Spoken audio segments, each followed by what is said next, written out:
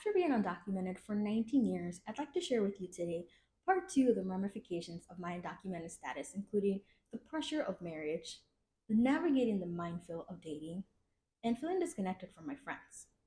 I've left the timestamps in the description box for your use.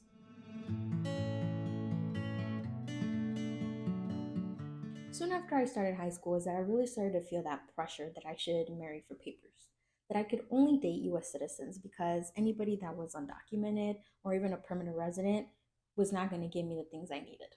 Love wasn't the thing that I should focus on when trying to find a partner. That love could wait, that I had to worry about my situation and look for ways to fix that situation. I heard so many times the whole if I were in your shoes, or if I was your age, or tú sufres porque tú quieres. Si yo fuera tuyo, yo me hubiera casado. And the very interesting thing here is that period before undergrad, I got these comments from older undocumented people, parents, uncles, aunts, cousins, other unrelated undocumented people that somehow knew me.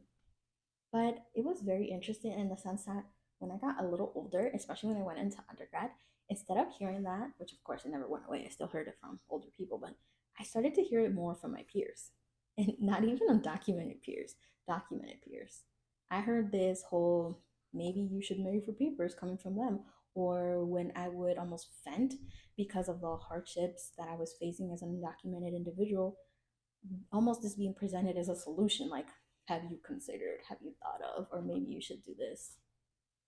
And bless their hearts, I want to understand that maybe they were giving me these solutions because they cared about me and they thought that this was my way out. But at the same time, it was dehumanizing that they thought that I couldn't make it out on my own, that I couldn't figure this out, that I needed a man to solve my problems. It's one thing to ask for help, if I need some extra cash for groceries, I can't make rent, I'm struggling day to day. But to put myself in a position where I depend on someone, that I need something from someone else to be able to stay in a country, to be able to work, to not have to fear that I'd be deported, that's a whole new ballgame. I will never judge anyone who has to do what they have to do to stay safe, but that's not something that I would ever do because I saw so much abuse growing up that to put myself in this unbalance, in this position where someone else had power over me is not something that I ever want to be in. And yes, I'm a hopeless romantic and I do believe in marrying someone for love. And even if we are against all odds in the world, I would still believe that we would figure it out together because love is all we need. And at the end of the day, if we have each other's back, that's all we need. But some people would call me dumb for that. They have called me dumb for that. But I'm okay. I'm happy with the decisions that I made. I'm happy that I didn't give in. But it's unbelievable to me just how hard and how much pressure I would get over this. And when I say pressure, I mean pressure. Let's take a little step back from marriage and let's just think about dating. Let's just think about dating for a second. Dating in itself is also such a minefield, if I'm being honest, because you have this whole I don't know how they're gonna react, I don't know what they're gonna think about me, what is their family gonna think about me? Should I tell them at the beginning? Should I tell them like after a few months? How should I tell them? In what context should I bring it up? Because you never know how these people are gonna react. For me, it was always really hard to determine when the most appropriate time was to bring it up.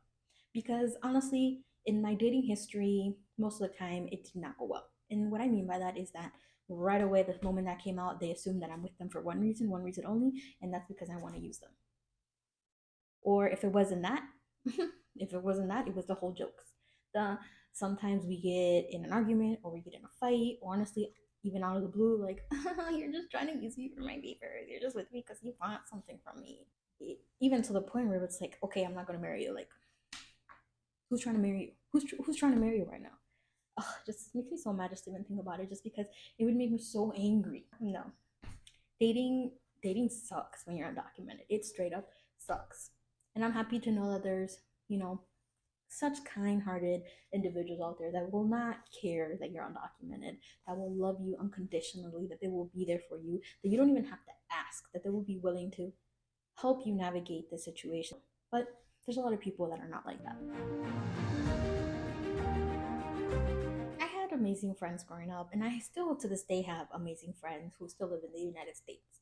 Now, the majority of those friends are US citizens. But there was always this disconnect, this feeling like they could never really understand me just because I was undocumented and they weren't. I have amazing friends in the sense that they were always there to listen. They were always a shoulder for me to cry on.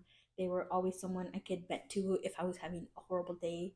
These people, sometimes I didn't even have to tell them. They would see how much I would struggle. They would see how my undocumented status really just created barrier after barrier after barrier for me. They saw this. They saw this because they knew me and they were really close to me.